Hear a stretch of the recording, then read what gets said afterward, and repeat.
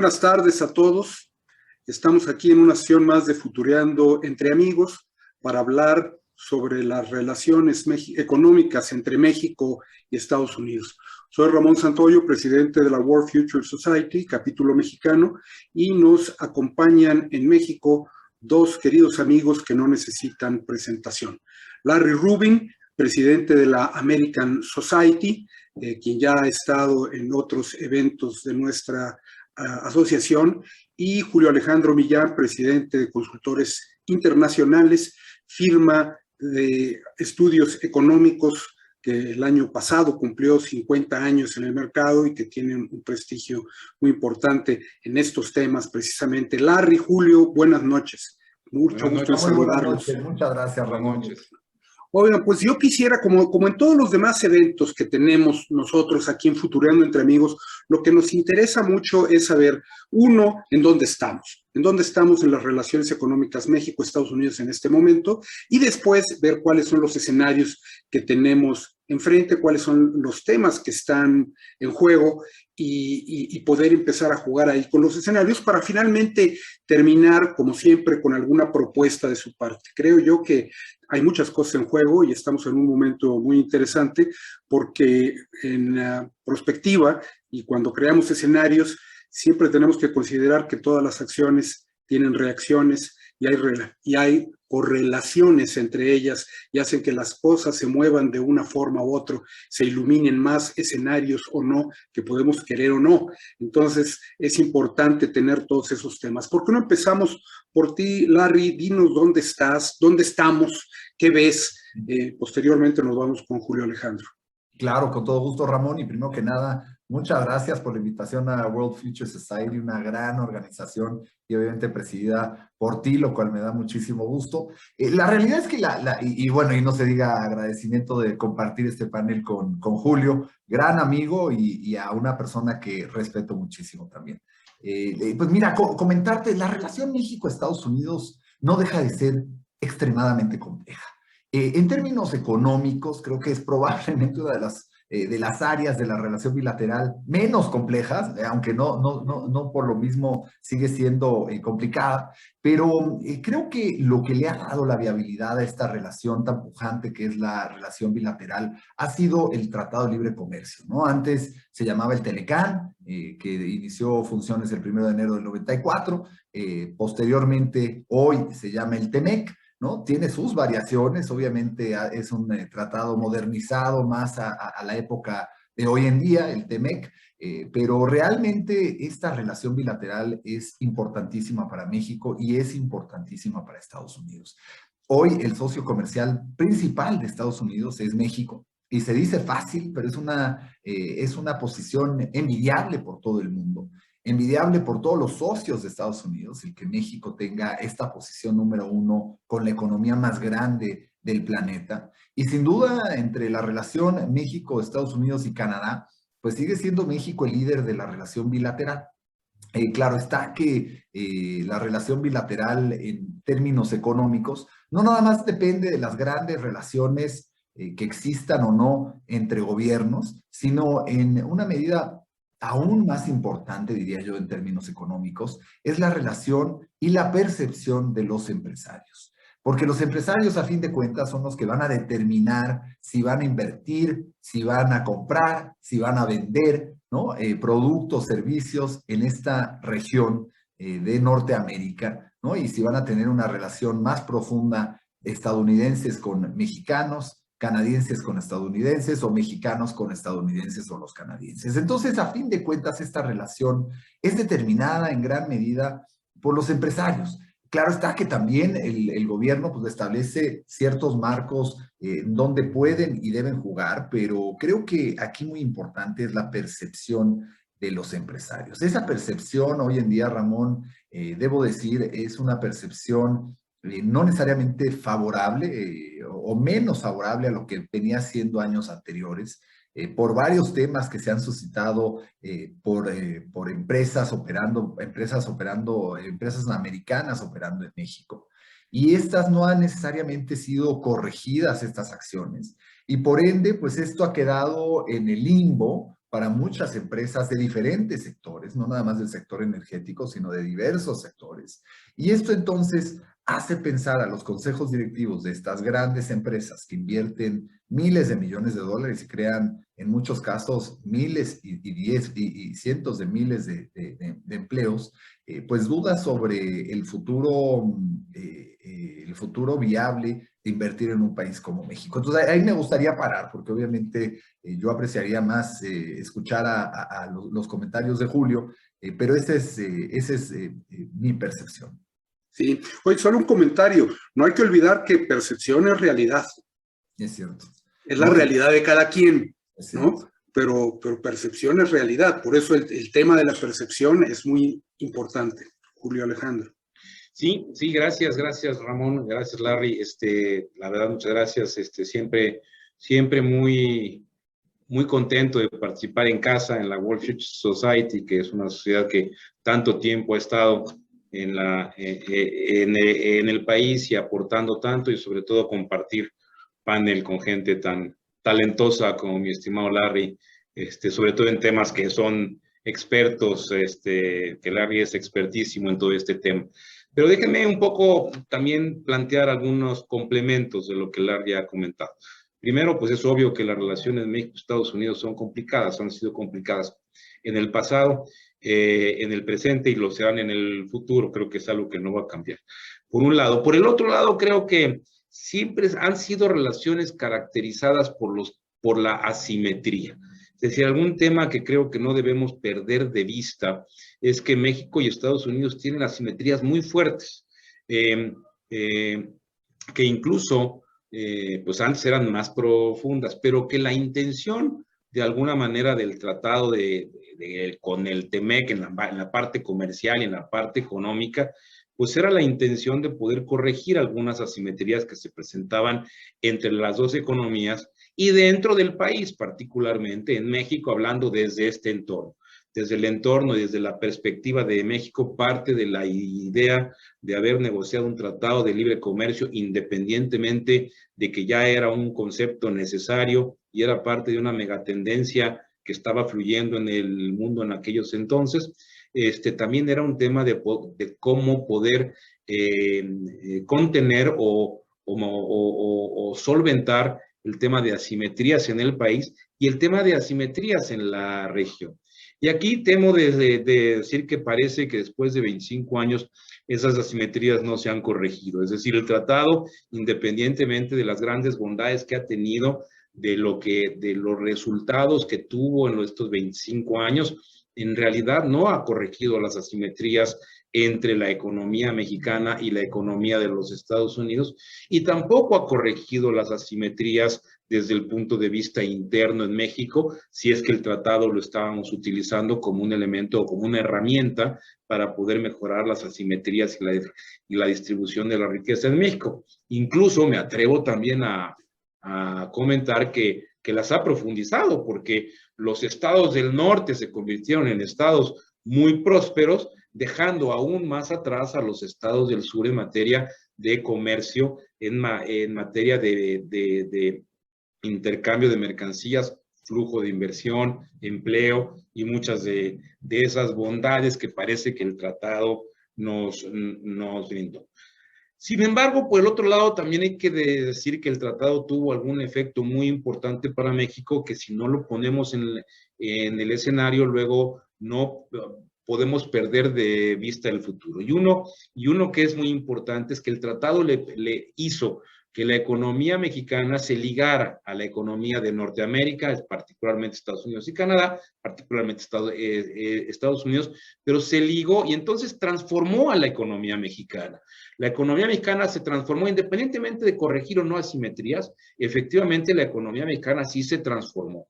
Y se transformó de una economía típica latinoamericana, exportadora de commodities, monoexportadora en algunos casos, con una economía mucho más atrasada, a una economía totalmente transformadora, una economía de manufacturas, una economía de siguientes escalones en la en el tamaño de las economías, y efectivamente México dejó de ser una economía típica latinoamericana para pasar a ser una economía de Norteamérica. Es decir, con todo y las asimetrías, México hoy no podría regresar a los esquemas que hoy vemos en economías parecidas en Latinoamérica, que están más dedicadas a los temas de commodities que a otros temas. México, por el contrario, tiene una industria manufacturera que creció enormemente, que dejó de tener una dependencia del petróleo, como en algún momento lo tuvimos en aquellos años 80, para transformarse en una economía manufacturera de alta tecnología, no propia necesariamente, en muchos casos importada, pero creo que ese posicionamiento hoy de México es importante frente a lo que sucede en el presente. Obviamente, México pasó a tener de tener 25%, 27% de su Producto Interno Bruto como parte del comercio exterior, 27.8% representaba del Producto Interno Bruto hacia 1994, y hoy la suma de las importaciones y las exportaciones suman el 78% del Producto Interno Bruto. Así es que al final del día nos convertimos en una economía abierta de manufacturas, no monoexportadora. Hubo un cambio sensible en nuestra economía. Sin embargo, pues creo que todavía no superamos este proceso de las asimetrías con Estados Unidos y, por supuesto, las asimetrías hacia el interior del país. Y efectivamente, el día de hoy estamos en una encrucijada entre la ideología y la realidad, entre los conceptos de la ideología que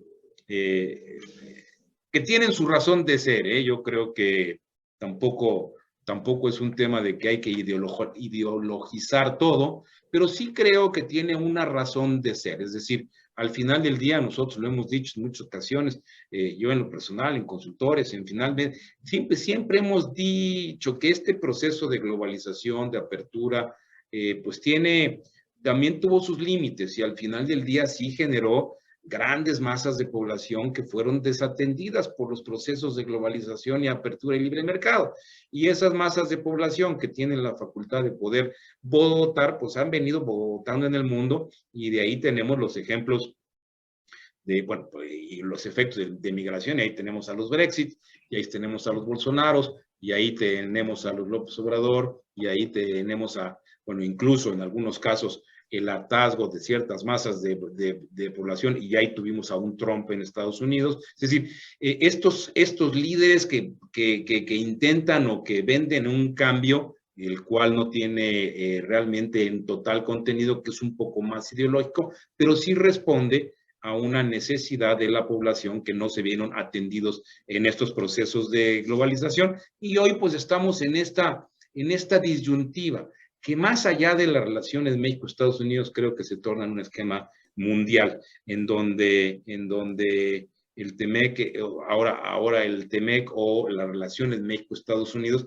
se ven friccionadas, como han sido siempre, pero se ven friccionadas no solo en el terreno económico, sino en muchas otras, y estamos en este proceso de transición tratando de encontrar un nuevo asentamiento para las relaciones México-Estados Unidos.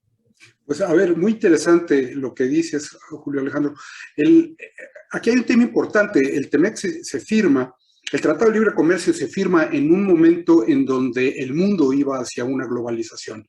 Era el ritmo en el que todos nos movíamos, y hoy los nacionalismos y los regionalismos en algunos casos, pero más bien los nacionalismos, junto con algunos factores como los que mencionas, de hartazgos y de necesidades específicas de los países con el surgimiento de gobiernos que manejan las situaciones de forma diferente, es un momento adverso a la globalización. Sin embargo, por el otro lado, tenemos, como tú claramente lo dijiste ahorita, un país cuya vocación cambió y cuya vocación ahora es de exportación y de juego con dos países a los que estamos ligados, no solo por un tema de frontera, sino por un tema de que en los últimos años hemos hecho una apuesta en ello. Si veíamos, el otro día veía un mapa de población sobre el mundo y pensando ya en escenarios de futuro, en 10 años, en donde en 10 años la población del mundo, 58% está en Asia, y los países que somos parte del tratado vamos a ser menos del 7% de esa población. Entonces, realmente también es una realidad que no es un momento para estar jugando con poca claridad sobre qué es lo que vamos a hacer por ninguno de los tres países. Es un momento también de hacer un replanteamiento claro y de decir lo que no funciona hay que tratar de cambiarlo, pero el problema no está entre las relaciones con nosotros, estará en las relaciones de Norteamérica con el mundo. Es un reto mayor y es un reto mucho más complejo, porque pues eso es el juego que nos toca jugar. Larry, ¿cómo ves tú el escenario, como lo que acaba de comentar Julio Alejandro? ¿Cómo ves el escenario en ese sentido en el futuro? Mira, muy buen punto. Yo creo que justo como apuntaba Julio, sí hay unas asimetrías importantes entre las dos naciones. Creo que de estas mismas asimetrías podemos tomar ventaja ambos países, ¿no? Por ejemplo, una asimetría importante es la demográfica, ¿no? En donde tienes una población en Estados Unidos envejeciendo rápidamente, aproximadamente 20 años más grande que la mexicana, y México es todo lo contrario, ¿no? Es una población joven, pujante, que está creciendo. Entonces, esta asimetría puede ser ventajosa porque lo que a Estados Unidos le hace falta, por ejemplo, es mano de obra. Hoy, post-COVID, tú vas a cualquier centro comercial en Estados Unidos y yo creo que las dos palabras más socavidas en todas las tiendas no es sale, ¿no? Sino más bien es help wanted, ¿no? O sea, están buscando contratar a personas. Y cuando analizas ya macroeconómicamente más las funciones en las industrias, había un reportaje que Estados Unidos le hacía falta más de 800,000 transportistas, ¿no? Para llevar mercancía. Más de 2 millones de enfermeras hacen falta en Estados Unidos, ¿no? Entonces, estas pueden ser sinergias que ambos países busquen para mejorar sus economías, particularmente para que Estados Unidos pueda mejorar la suya.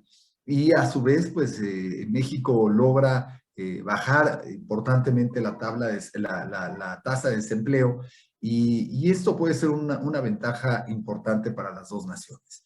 Hoy creo que el TEMEC es una herramienta importantísima, sin igual, que le permite a los empresarios, particularmente micro, pequeños y medianos, ¿no? Los MIPIMES, competir a nivel internacional, el poder entrar a un mercado que para muchos está cerrado, que es el mercado de Estados Unidos, hacerlo con tasas preferenciales o en algunos casos tasa cero.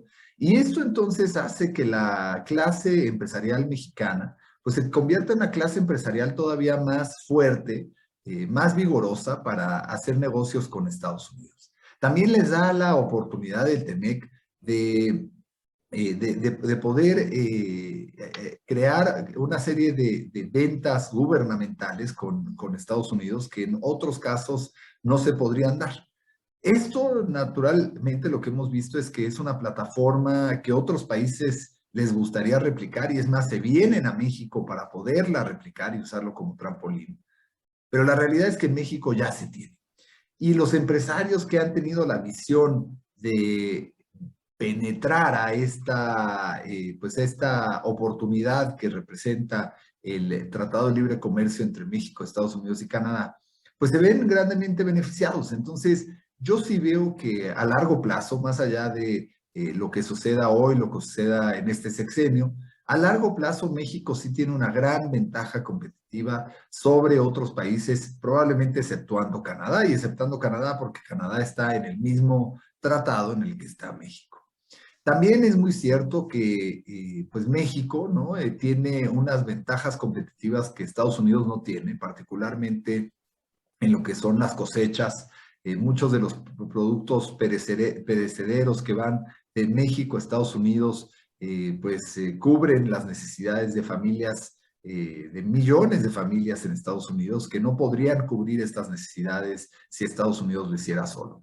Y ahí es donde México y Estados Unidos también colaboran de una forma directa, de una forma muy clara, para crear bienestar y como a mí me gusta decir, que en cada mesa de las familias americanas siempre vas a encontrar un producto mexicano. Llámese el aguacate, llámese la fruta, llámese un queso, a lo mejor jamón, ¿no? Una carne. Entonces, es interesante porque México juega un papel alimentario muy importante con relación a Estados Unidos. No se diga y a la inversa, también existe, ¿no? Y sin duda es importante hacerlo notar. Pero esto te habla de esta gran dinámica que existe entre México y Estados Unidos, no nada más en términos de productos y servicios, sino también de alimentación, ¿no? Y ahí es donde, pues, esta relación, lo que se debe de buscar hacer es fortalecerse hacia futuro. La relación debe de analizarse cómo se puede hacer más, ¿no?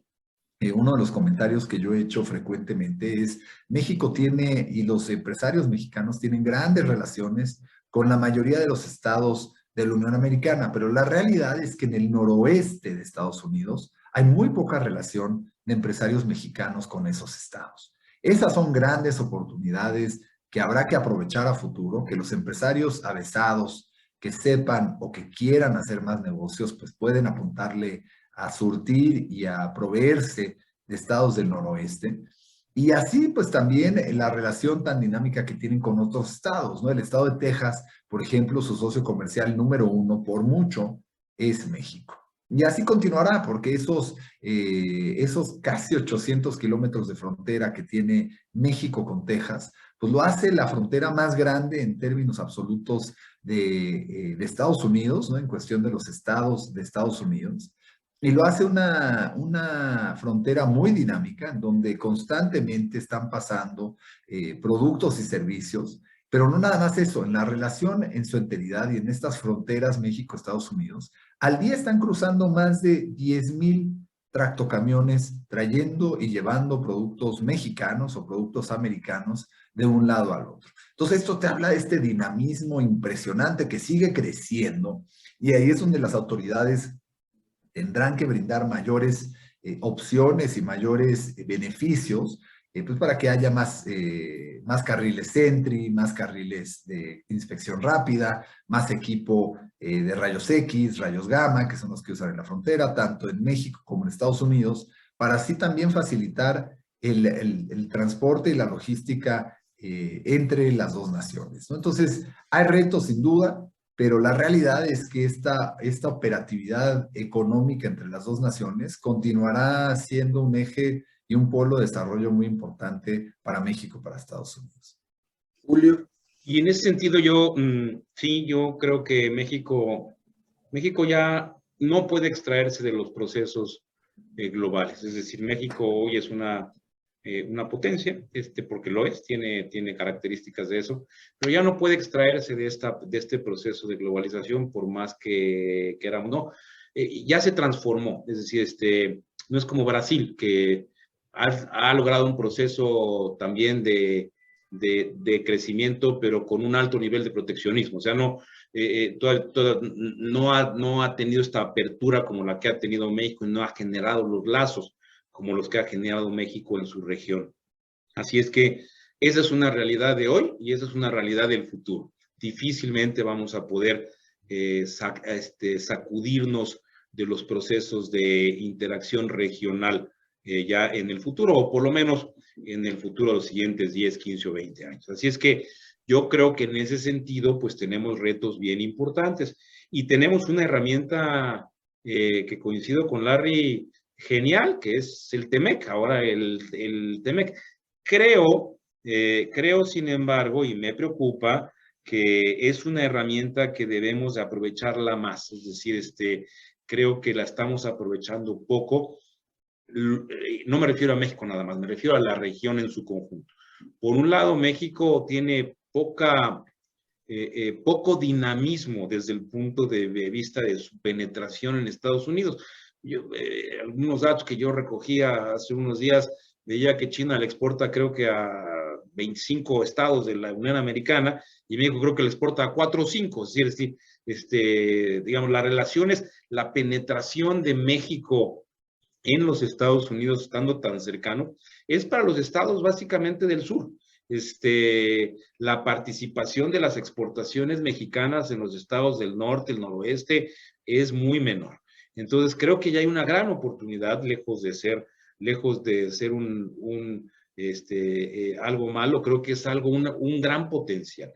Creo que el mundo también ha cambiado y se dio cuenta de que es muy difícil poner, o que es muy riesgoso poner todas las canicas en una canasta o todos los huevos en la canasta y seguir permitiendo que China sea la fábrica del mundo, que ante circunstancias de emergencia como la que hemos vivido en los últimos 2 años, pues nos pone en jaque a todo el mundo y que hoy continuamos y que continuaremos por lo menos 1 año y medio con los problemas de abasto, logística, escasez de acero, de plásticos, temas de microchips, en fin, creo que vamos a seguir sufriendo eso y que creo que el mundo está entendiendo esa lección. Por lo tanto, se abre una oportunidad muy grande para que México pueda ser receptor de producción o de iniciador de producción para exportar a la región que tanto lo necesita. Así es que yo creo que México en este sentido tiene grandes oportunidades, pero se requieren de acciones específicas en el país. Y me preocupa también desde el punto de vista de lo que en Estados Unidos tiene que hacerse. Estados Unidos tiene una agenda en este sentido de las asimetrías, en muchos de los casos, poco socialmente responsable en ese sentido, un poco más, si me conviene a mí, lo voy a hacer.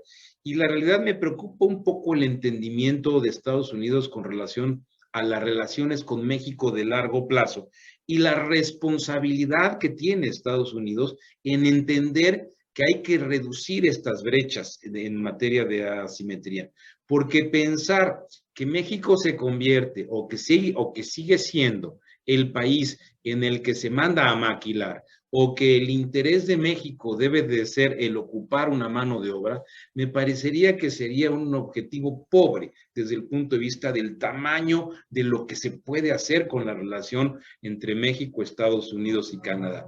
Pero también es cierto que las relaciones son bilaterales o trilaterales, o sea, van y vienen. Nosotros podemos querer muchas cosas, pero si no tiene caja de resonancia y no tiene eco en los Estados Unidos y no sucede nada, y al final del día las inversiones o el interés de los Estados Unidos y de los empresarios y de las autoridades está en cómo beneficiarse del tratado y no cómo hacer un proceso de integración que permita reducir las brechas y las asimetrías con México, lo que le daría una capacidad de crecimiento y de fortaleza a la región 10 veces mayor de lo que hoy tiene. Creo que ahí hay cierto entendimiento que quizás o no estamos haciendo bien la labor o no se está entendiendo bien hacia el interior del bloque económico México, Estados Unidos y Canadá. Pero efectivamente tenemos un futuro muy próspero. O sea, yo lo que veo es un futuro tremendamente próspero. Sin embargo, creo que hay una agenda de trabajo, de acciones, de circunstancias que tiene que ir mucho más allá de lo que la agenda hoy nos habla y de no ideologizar el proceso de la relación que hoy nos tienen metidos en las discusiones de si en México se paga X cuota por hora o si hay un tema con el tema de la energía o si el tema de la aplicación de los subsidios en Estados Unidos. En fin, como que estamos en ciertas discusiones y estamos perdiendo de vista una visión de muy largo plazo. Y que cuando habla de una visión de muy largo plazo, no significa que nos vaya a llegar en el muy largo plazo. Lo podemos hacer con mucha rapidez, pero necesitamos de mentes y de grupos y de think tanks que realmente tengan la vocación y la voluntad de construir esta relación en un esquema creativo y diferente a lo que hoy hemos venido viendo. Porque pues ya vimos, el TEMEC fue muy bueno para México en muchas cosas, yo ya lo decía hace unos momentos en qué, pero creo que no ha sido bueno en otras y no ha construido ese quitar o evitar brechas. Y creo que tenemos un trabajo y un futuro extraordinario en ese sentido. A ver, yo tengo algunos comentarios. Larry decía, con razón, que las relaciones económicas son de los de las partes menos problemáticas de la relación. Hay otras mucho más complejas que sin duda afectan parte de la relación económica, ¿no? O sea, entramos ya en un todo. Y lo que decías tú, Julio Alejandro, respecto a la capacidad, si existe la capacidad en ambos países de poder tener esos liderazgos, esas voluntades, esa alineación de percepciones para poder buscar algo más que aparentemente es benéfico para todos.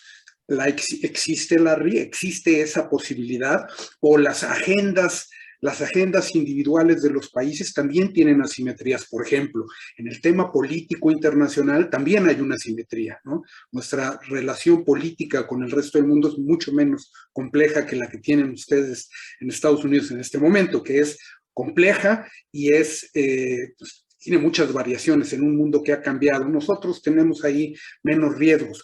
Podemos alinear todos esos temas, podemos alinear los temas que no solo son económicos en pro de buscar una buena relación dentro del tratado, como lo explica Julio Alejandro. Mira, Ramón, qué buen punto tocas. Yo creo que de poder sí se puede. Tendría que también haber en México la disposición política para lograrlo. Un gran ejemplo para México es el vecino del norte de Estados Unidos, Canadá. Canadá ha logrado, de cierta forma, y no al 100%, porque pues, es un país con su soberanía, ¿no? e intereses particulares, a veces diferentes a Estados Unidos, pero en gran medida, Estados Unidos y Canadá están muy alineados en factores diferentes y en temas de la relación bilateral de Estados Unidos-Canadá, de una forma que México no ha logrado hacer. Y creo que parte de lo que haría falta en México es entender que el vecino del norte, en este caso Estados Unidos, no es el enemigo a vencer, sino es un socio estratégico en todos los sentidos de la palabra.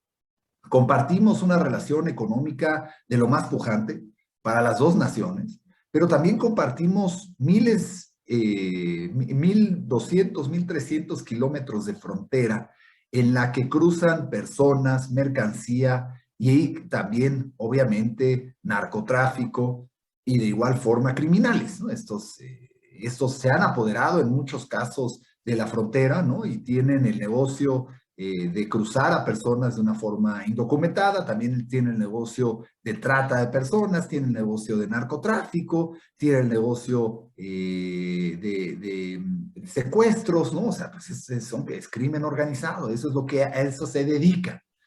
Ahora, creo que para resolver muchos de estos temas, o empezar a resolver muchos de estos temas, definitivamente, más allá de apuntar dedos y que si tú eres el culpable porque tú te tomas la droga o yo soy el culpable porque yo te la doy, ¿no? Que es una discusión que nunca va a terminar porque pues todos tienen su culpa, también todos tienen su nivel de decir pues ese es tu asunto, pero la realidad es que lo que hemos notado a lo largo de los años es que cuando las dos naciones, cuando Estados Unidos y México verdaderamente se ponen de acuerdo, son cuando las cosas funcionan. Por ejemplo, el acuerdo que firmó México y Estados Unidos para controlar de cierta forma los flujos migratorios que se estaban dando en la frontera entre México y Estados Unidos de una forma estrepitosa, ¿no? Hace año y medio.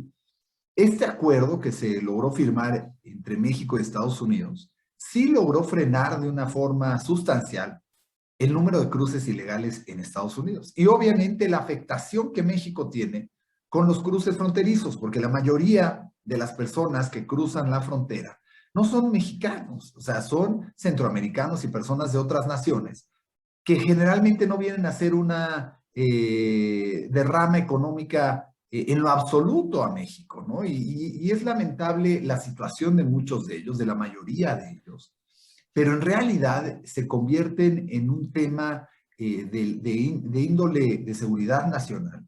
¿Por qué? Porque para el crimen organizado, pues es la carne cañón, ¿no? O sea, son los que escogen a los mejores de los que cruzan la frontera para que les sirvan de gatilleros y demás en el mundo del crimen, ¿no? Y la realidad es que muchas de estas personas pues se ven obligadas mujeres acosadas y trata de personas, ¿no? Entonces, la realidad es que la vida y el cruce de estos migrantes hacia la frontera norte es muy peligrosa y muy desatinada para muchos de ellos en México. Entonces, el hecho de que las dos naciones hayan dicho y hayan puesto sus diferencias a un lado para decir cómo resolvemos el tema, qué haces tú, Estados Unidos, qué hago yo, México, para resolverlo, pues creo que tuvo un beneficio sustancial. Hoy decimos, bueno, ¿dónde está ese beneficio? Pues estamos viendo los cruces fronterizos ahora en números récords de 200,000 personas mensuales cruzando o intentando cruzar la frontera. Pues sí, obviamente todo esto tiene muchos casos tintes políticos y entra un nuevo gobierno y pues a veces decide cambiar políticas del gobierno anterior, a veces decide quitar políticas que están funcionando, como puede pasar de un lado o del otro. Y eso es lo que entonces vemos que entorpece mucho de esta relación. Para regresarlo a términos económicos, yo creo que la relación México-Estados Unidos pues tiene unas vertientes importantes, tiene mucho de dónde, mucha tela de dónde cortar. Y yo regreso a algo que dijo Julio, que es muy cierto, y que lo definiría yo como las mismísimas fortalecimiento de las cadenas de valor. Porque vimos en la pandemia, lamentablemente, que cuando México, que no estaban en alineación total en términos de cadena de valor entre México y Estados Unidos, cuando México decide por temas sanitarios el que no operara ciertas industrias, aunque en Estados Unidos esas mismas industrias o industrias similares estaban operando, de repente se vieron en la necesidad de parar producción porque no tenían los suministros de México. Entonces ahí vemos donde este papel tan importante en la relación económica de Estados Unidos tienen proveeduría mexicana, ¿no? O proveeduría procedente de la República Mexicana. Entonces, yo creo que para fortalecer más esta relación, lo que siempre tenemos que buscar es que haya mayor alineación en todo sentido. Económica, que haya mayor alineación en intereses en común, ¿no? Creo que México y Estados Unidos están comprometidos a que sus dos naciones sean más seguras, a que sus dos naciones que tengan el menos crimen organizado posible, que haya el menor número de narcotráfico, ¿verdad? Y así podemos seguir hablando de temas que comparten y que son muy importantes entre las dos naciones. Y creo que parte de lo que también se tendrá que hacer un verdadero análisis de conciencia es qué tanto beneficia o a México o a Estados Unidos que hagan estrategias que son estrictamente de un país o de otro, ¿no? Yo creo que las estrategias unilaterales pues no funcionan, y menos en temas donde involucran a otra nación. Entonces, creo que los dos son culpables, México y Estados Unidos, de que a veces toman decisiones unilaterales sin pensar que necesitan al socio, ya sea del sur o del norte. Y ahí es donde, entre más cercanos puedan estar, pues mejores beneficios tendremos los que vivimos en esta región. Y para el claro ejemplo, sin duda alguna, es Canadá. Y ahí, Larry, yo creo que pues es muy claro que una visión de futuro conjunta es fundamental. Es decir, la realidad es que no hay manera de que podamos tener digamos, un camino próspero o más próspero, porque tampoco digo que haya sido malo, simplemente más próspero, y poder realmente aprovechar estas oportunidades que nos da la relación entre México y Estados Unidos, en donde hemos puesto las diferentes herramientas para ello, si no tenemos una visión común. Y creo que en ese sentido hemos hecho muy poco trabajo. Ay, de repente se juntan los legisladores, ay, de repente o sea, no hay representación institucional ni a nivel empresarial, ni a nivel social, Yo creo que una de las cosas que hay que hacer es tener muy claro, y ahorita metiéndonos en los temas de la World Future Society, los temas de prospectiva, pues cómo no se siente esa necesidad de tener un plan de visión de largo plazo que permita a tener una claridad un poco más certera de lo que queremos para las relaciones México-Estados Unidos, y no que esté en función de quien esté in office, ¿no? Que quien esté in office en Estados Unidos o en Palacio Nacional. o en Los Pinos, quién sabe. Oye, pero déjame ahondar, o en Office, en organismos específicos, centralizados o descentralizados del gobierno americano o del gobierno mexicano, que ponen subagendas y que enrarecen también el clima político, ¿no? Exacto, Claro, ¿no? y que en realidad no existe un ecosistema hoy de organizaciones que estén alineadas tratando de armar un plan de visión de largo plazo en la relación México-Estados Unidos, que de tenerlo y de tenerlo claro podríamos potenciar tremendamente la relación. Eso sin duda. Claro, sí. Y sabes que, Julio, yo estoy totalmente de acuerdo contigo. Falta esa visión que no dependa de estos vaivenes políticos, como bien comentas. Y creo que parte de ello es porque el político tradicionalmente, el político ve a corto plazo, ¿no? Es lo que le interesa es la siguiente elección. No le interesa si hay un plan de 20, 25, 30 años, sino le interesa, podré ganar en 2 años la elección, en 4 o en 6, ¿no? Y está verdaderamente ocupado y preocupado de ello. Y creo que hace falta en los dos países políticos que vean más allá de estos tiempos límites de 2, 4 o 6 años y digan en qué país y en qué región queremos vivir, porque México y Estados Unidos estarán conectados toda la vida, ¿no? Y la verdad es que es como un matrimonio fallido o es un matrimonio exitoso. En ambos casos, si tienen hijos, van a estar conectados toda la vida, ¿no? Entonces, conviene a los dos verdaderamente trabajar de la mano y creo que para los que vivimos y habitamos en esta región tan importante que es la región de América del Norte, pues debemos empujar que nuestros políticos tengan esa visión. Y como decía Ramón también, ¿no? Los organismos, y no nada más gubernamentales, sino los organismos empresariales, sociales, laborales, ¿no? Tienen que sumarse a esta visión, porque hacia futuro, y como decías, en el World Future Society, que se analiza todo esto, a futuro lo que tenemos que ver es desarrollar un plan como hacen las empresas exitosas, a 20, 30 años, y de ahí empezar a diseñar los planes más hacia el futuro cercano. Pero no puedes empezar nada más viendo el futuro a 1 año sin estar contemplando dónde quieres estar en 20, ¿no? Entonces, creo que falta que en ambas naciones exista esa voluntad, pero hay que empujar hacia ello. A ver, y para eso se tengo una requieren primera... 3 cosas, ¿eh? A ver, sí, Nada más dinos. diría yo que se requieren 3 cosas. Se requiere presupuesto, ¿no? Que es muy importante para que esto pueda suceder. Se requiere liderazgo y se requiere de un ecosistema, Larry. O sea, si no tienes esas 3, pensar que el político lo va a hacer o que el empresario lo va a hacer, no va a suceder. Y sin dinero, no va a caminar. Entonces, se requiere que los países pongan presupuestos específicos para lograr esto. Se requiere, por supuesto, de liderazgos muy claros de quién lo tiene que hacer. Y se requiere de un ecosistema de nivel social, empresarial, político, ¿no? Que tome en cuenta, por supuesto, las nuevas megatendencias. Hoy no podemos hablar, hoy tenemos que construir un nuevo modelo económico mundial que parta y que tome en cuenta los temas sociales, los temas de sustentabilidad, de cambio climático, de economía del conocimiento, de seguridad alimentaria, en fin, hay una serie de cosas que creo que tienen que tomar como megatendencias, pero que tenemos que trabajar juntos. No sé si estoy siendo un poco optimista en el proceso, pero nada me daría más gusto que los dos países generaran presupuesto, liderazgo y un ecosistema que permitiera en este proceso de que estaremos juntos, coincido contigo, y aquí no hay divorcio, porque aunque te quieras separar e ir a otro lado, no te puedes ir a otro lado, estamos juntitos. Entonces, como que no hay de otra más que esa. Así es que yo veo un futuro que en un proceso así, pues nos tenemos que hacer incluso las preguntas, ¿no? ¿Vamos a un proceso de integración? Muy probablemente no. ¿Cómo hacemos para reducir las asimetrías, no?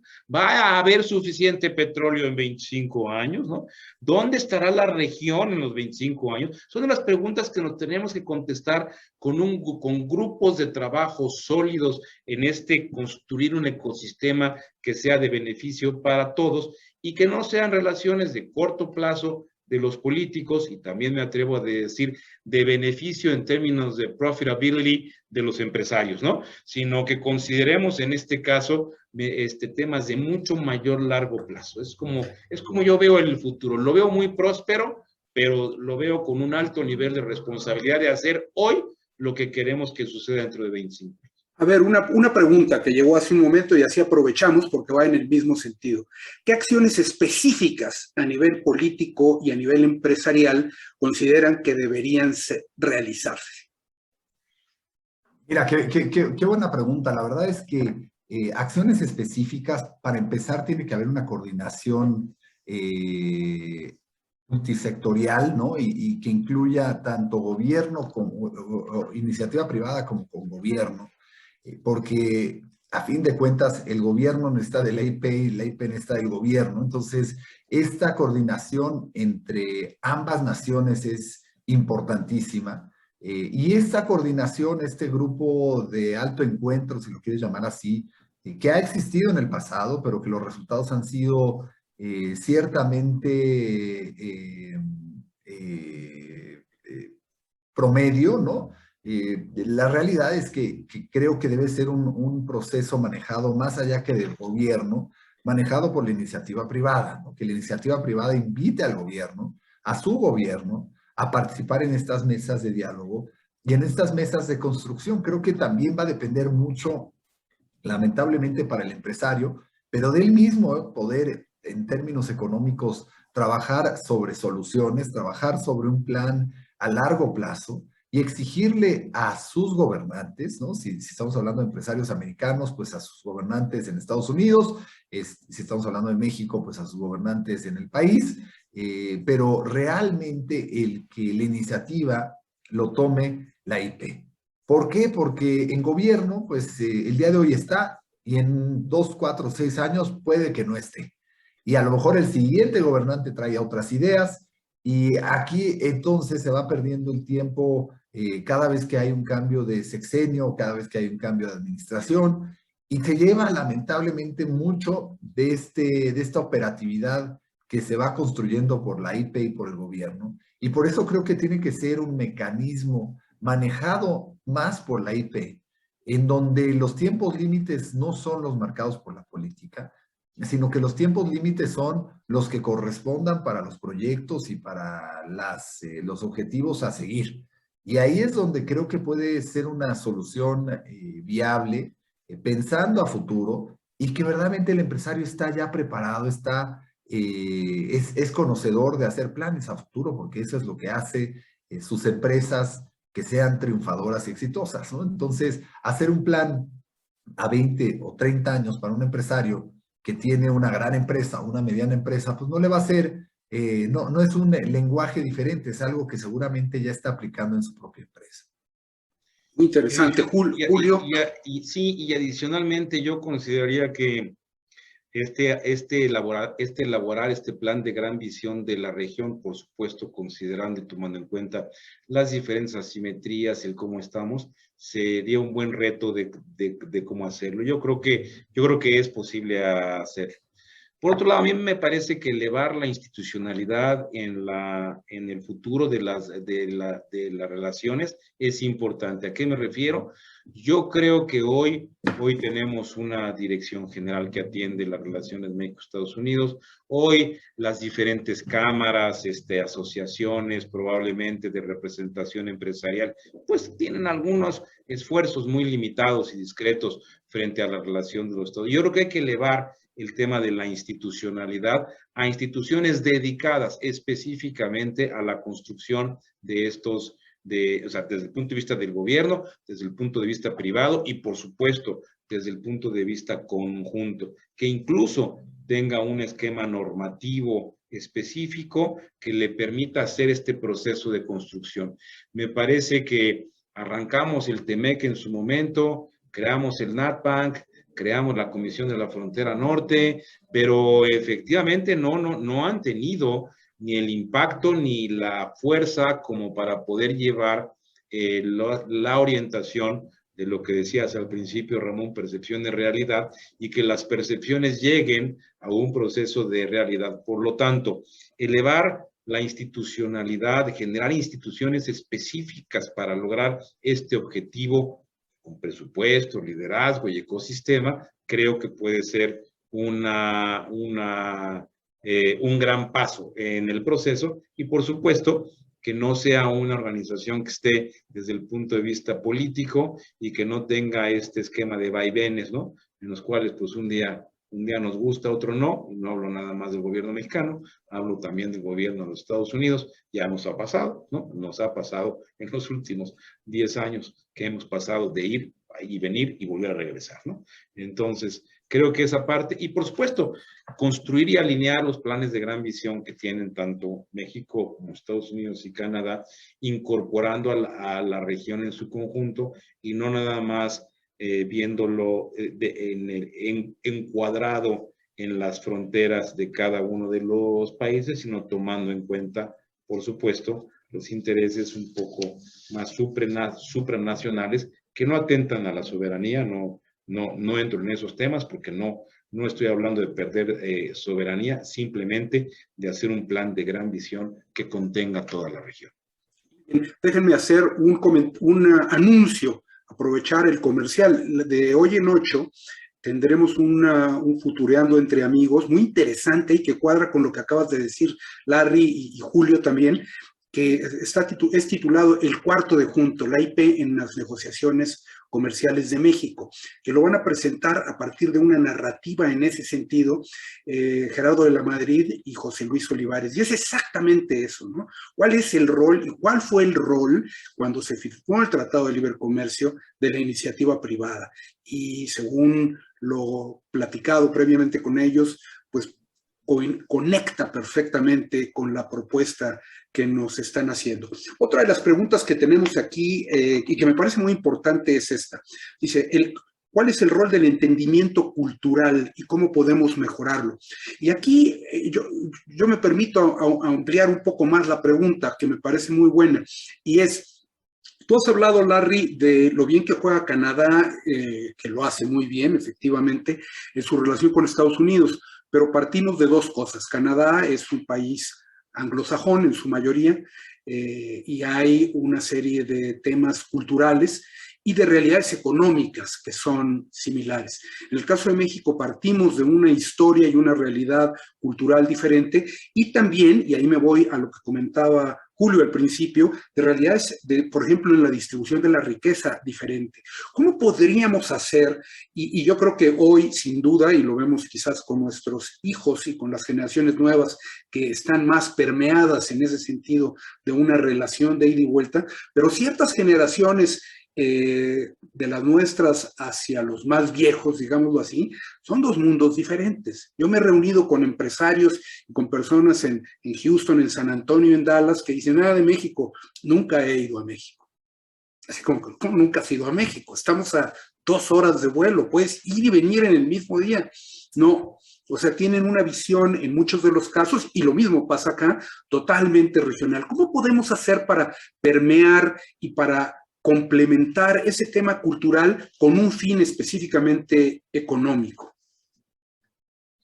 Pues yo te diría que alineación de la cultura no va a existir. Alineación cultural no creo que pueda existir. Las raíces son muy distintas, independientemente de los procesos de migración. Así, independientemente de que haya tal nivel de migración que podamos permear nuestra cultura en los Estados Unidos, las diferencias son muy grandes y yo creo que en esas diferencias también estriba la riqueza, porque al final del día no se pudiera pensar que puede haber una alineación desde el punto de vista cultural. Sin embargo, sí creo que es importantísimo para la relación y también para el beneficio de la relación económica, la alineación en la instrucción y en la educación, lo que es diferente a la alineación cultural. Yo creo que las tradiciones, la cultura, la forma de hacer ciertas cosas, yo creo que esa va a ser difícil que podamos alinearla, porque pues cada uno tiene sus diferentes formas, como diría el dicho, de matar las pulgas. Lo que sí es una realidad es que necesitamos alinear la instrucción, necesitamos alinear el tema de educación. Y aquí el tema educativo juega un papel tremendamente importante, que no es de muy corto plazo, es un tema que tenemos que verlo en función de objetivos de más largo plazo, porque sus procesos de maduración, pues son procesos de maduración más lentos. Sin embargo, creo que en la educación y en los procesos de instrucción y capacitación es en donde podemos alinear de alguna manera los intereses. Y obviamente en eso hemos hecho, pues diría yo, muy poco trabajo, muy poco trabajo en alinear los objetivos educativos entre uno y otro país. Hay distancias importantísimas en ese sentido, y creo que ahí tenemos pues un trabajo importante dentro de la agenda interna, porque pues al final del día son temas internos, pero que no pueden perder de vista la alineación regional. Pero yo lo veo más por el sentido de la educación, la instrucción y la capacitación, que por intentar generar una alineación cultural a la cual veo un poco lejana, como dirían los prospectivistas, o como diríamos, ¿no? Poco probable, ¿no? Larry. Posible sí, poco probable. Mira, coincido plenamente con Julio. La verdad es que a donde debe de enfocarse, y creo que han sido los esfuerzos en los últimos probablemente 15 años, en que las dos naciones tengan oportunidades para sus estudiantes, una de ir y venir, ¿no? Por eso hoy vemos esta iniciativa de más de 100,000 estudiantes estadounidenses y mexicanos cambiando de residencia, o sea, teniendo a mexicanos yendo a vivir a Estados Unidos para estudiar y viceversa, estadounidenses viniendo a México a estudiar, ¿no? Y ya llámese a la máxima casa de estudios, que es la UNAM, o a otras universidades privadas que también reciben estudiantes extranjeros, ¿no? Y creo que esto se tiene que seguir fomentando, y no nada más fomentando, sino darlo a conocer, porque después existen muchos programas, tanto mexicanos como americanos, e inclusive programas bilaterales, que muy pocas personas conocen. Entonces, no se les saca el provecho necesario y es una lástima, ¿no? En términos culturales, en términos educativos, ¿no? O sea, se quedan en el tintero grandes proyectos e iniciativas políticas y es triste verlo porque más en la cultura, pues existe a lo mejor, diríamos, una prioridad menor con respecto a otros temas de la agenda bilateral que influye para que no se le dé la importancia necesaria, pero debería de ser, ¿no? Entonces, sí creo que esta alineación necesariamente no va a existir, pero sí hay oportunidades que hay que aprovechar tanto del lado mexicano como del lado americano, Ramón. Perfecto. A ver, estamos ya casi llegando a la hora, tenemos muchas preguntas más, pero tampoco quiero yo abusar del tiempo de ustedes y del auditorio. Creo yo que preferiría tener un cierre, sus conclusiones de este tema. Julio ya dijo que es optimista, lo cual me da gusto. Espero que tú también veas esto como un tema optimista, pese a las nubes que de repente aparecen en el horizonte, Larry. Empecemos contigo, danos tu cierre. Yo lo que me voy, y déjame para no ser yo el que termino, yo lo que me voy de positivo, y creo que la propuesta que hicieron ambos es el tema de que deberíamos de tener la posibilidad de ver a futuro conjuntamente con organismos principalmente empresariales americanos en la búsqueda de un documento, de una visión conjunta de largo plazo que nos permita alinear y tratar de mantener una línea, independientemente de los resultados, independientemente de los plazos políticos, independientemente, por supuesto, y del respeto de la soberanía de cada país, pero sí el tener una visión de cuál sería ese escenario ideal, ¿no? En donde las cosas funcionen y nos beneficiamos ambos vecinos, ambos bueno, y no ambos, sino también con Canadá, para una mejora de la región en el tiempo. Pero Larry, tus comentarios, Julio, tú cierras. Claro, con todo gusto. Mira, yo comparto con ambos, contigo Ramón, con Julio, una visión optimista del futuro económico entre México y Estados Unidos. No así en el futuro inmediato. Creo que hay muchos retos que se están autoconstruyendo, ya sea por un lado o por otro, que está prohibiendo el que hubiera un flujo mucho más dinámico entre las dos naciones, pero no obstante a que el corto y a lo mejor inclusive hasta el mediano plazo no se vean del todo favorables, esto no quiere decir que no sean mejores que lo que es hoy, ¿no? Y yo creo que México pudiera estar atrayendo muchísima más inversión extranjera y particularmente americana, que es la que mayor existe en México, pudiera estar acelerándolo en vez de lo que lo está acelerando hoy, a lo mejor acelerarlo, si estuviéramos hablando de un coche, acelerar un coche de 0 a 180, lo está acelerando a 90, ¿no? Entonces, no quiere decir que sea malo, está avanzando, pero podría estar avanzando a 180, podría estar avanzando el doble o el triple de lo que está haciendo hoy. Entonces, yo creo que esto es bien importante porque los gobiernos, el mexicano y el estadounidense, tienen que verdaderamente sentarse a analizar cómo la percepción, que era el tema con el que abrimos, se está generando del lado de los empresarios o mexicanos o americanos, que van a ser los que van a fomentar una relación económica más dinámica. Y ahí es donde tenemos que asegurar que para el largo plazo estemos no a 5X o 10X, sino a lo mejor estemos a 50X. Y entonces sí es un panorama favorable, pero lo triste es que puede ser todavía más favorable. Y creo ahí que tenemos que presionar como sociedad, tanto en Estados Unidos como en México, que nuestros políticos vean lo mismo que vemos nosotros, que es una abundancia entre las dos naciones, que es un trabajo colectivo entre México y Estados Unidos, y no nada más en el tema económico, sino en todos los temas que se involucran en la relación bilateral.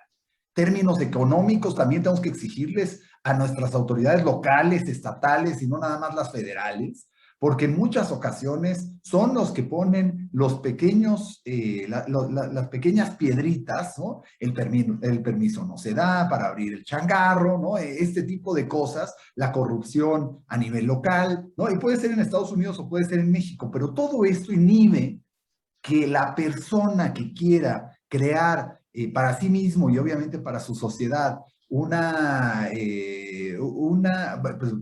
relación económica más pujante, pues esto le prohíbe hacerlo, ¿no? Entonces yo creo que tenemos que asegurarnos y exigir que nuestras autoridades en todos los niveles, pues sí logren pues esta visión que muchos de nosotros tenemos. Perfecto, Julio. Sí, digo, compartiendo y antes que nada agradeciéndote nuevamente, Ramón, la invitación y a la World Future Society, por supuesto, a poder platicar de estos temas y sobre todo compartir el panel con Larry y contigo, ha sido siempre muy grato. Sí, me quedo, por supuesto, con esta idea de la visión de largo plazo que es importante que debamos tener, pero también con el hecho de que es bien importante que tengamos darle esa prioridad que merece la relación entre México y Estados Unidos, que creo que la hemos dado poco, tanto en México como en Estados Unidos. Creo que tenemos que pasar a la madurez de estas relaciones interpaíses o interregionales. Y yo lo veo de igual manera, yo siempre he sido optimista en este proceso de la relación o del futuro de México, sobre todo en su relación con Estados Unidos y con Canadá. Creo que tenemos una gran oportunidad, creo que tenemos mucho trabajo hacia adelante. Quizás mi única preocupación en el futuro es si la región como tal tendrá tanto camino, y creo que hoy tenemos que trabajar en ello, y me refiero a eso porque no sabemos, están existiendo cambios interregionales en donde hay regiones que están tomando mucho mayor fuerza, no sabemos qué va a pasar, bueno, sí sabemos, podemos hacer, pero obviamente tendríamos que poner qué va a pasar con el petróleo, qué va a pasar con el dólar, qué va a pasar con la transaccionalidad en ese sentido, en fin, hay muchos temas que se pueden tratar, pero particularmente nos da una ventana de oportunidad muy grande el día de hoy con esta renovación de los votos con el TEMEC, que es una de las herramientas, pero creo que es importante que aprovechemos hoy el momento en que en el mundo está intentando generar un nuevo modelo económico mundial en el cual estamos reflexionando sobre los procesos de apertura, globalización. En este proceso de reflexión mundial debemos nosotros hacer nuestra tarea de reflexión, pero tenemos que hacer una reflexión comunitaria. Es decir, tenemos que hacerla, por supuesto, hacia el interior del país, que hoy en ese proceso de reflexión saltan estas diferencias ideológicas, políticas, económicas, en el cual nos estamos poniendo de acuerdo, pero al mismo tiempo creo que tenemos que hacer una reflexión regional de qué queremos para la región, y yo creo que si lo logramos hacer, si existe el liderazgo y la voluntad de lo que queremos hacer, el futuro es tremendamente bueno para la relación económica México y Estados Unidos,